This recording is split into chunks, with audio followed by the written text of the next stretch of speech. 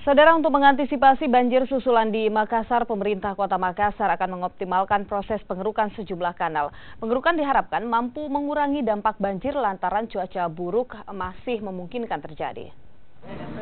Pengerukan di kanal kini terus difokuskan pemerintah Kota Makassar. Kanal yang jadi prioritas adalah kanal yang menghubungkan langsung dengan laut. Alat berat pun diterjunkan untuk memastikan proses pengerukan berjalan lancar. Sementara itu, untuk pembersihan drainase, pihaknya juga telah menyiapkan Satgas Drainase yang beranggotakan 380 orang. Banjir besar yang melanda Makassar Kamis pekan lalu merupakan banjir terburuk dalam 5 tahun terakhir.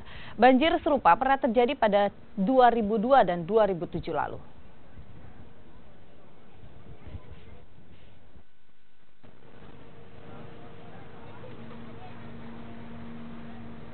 Daerah yang tergenang itu semua itu lebih kepada bagaimana mengevakuasi kan, karena kita lihat kan sungai penuh, saluran penuh, karena semua naik semua kan, karena curah hujannya tinggi.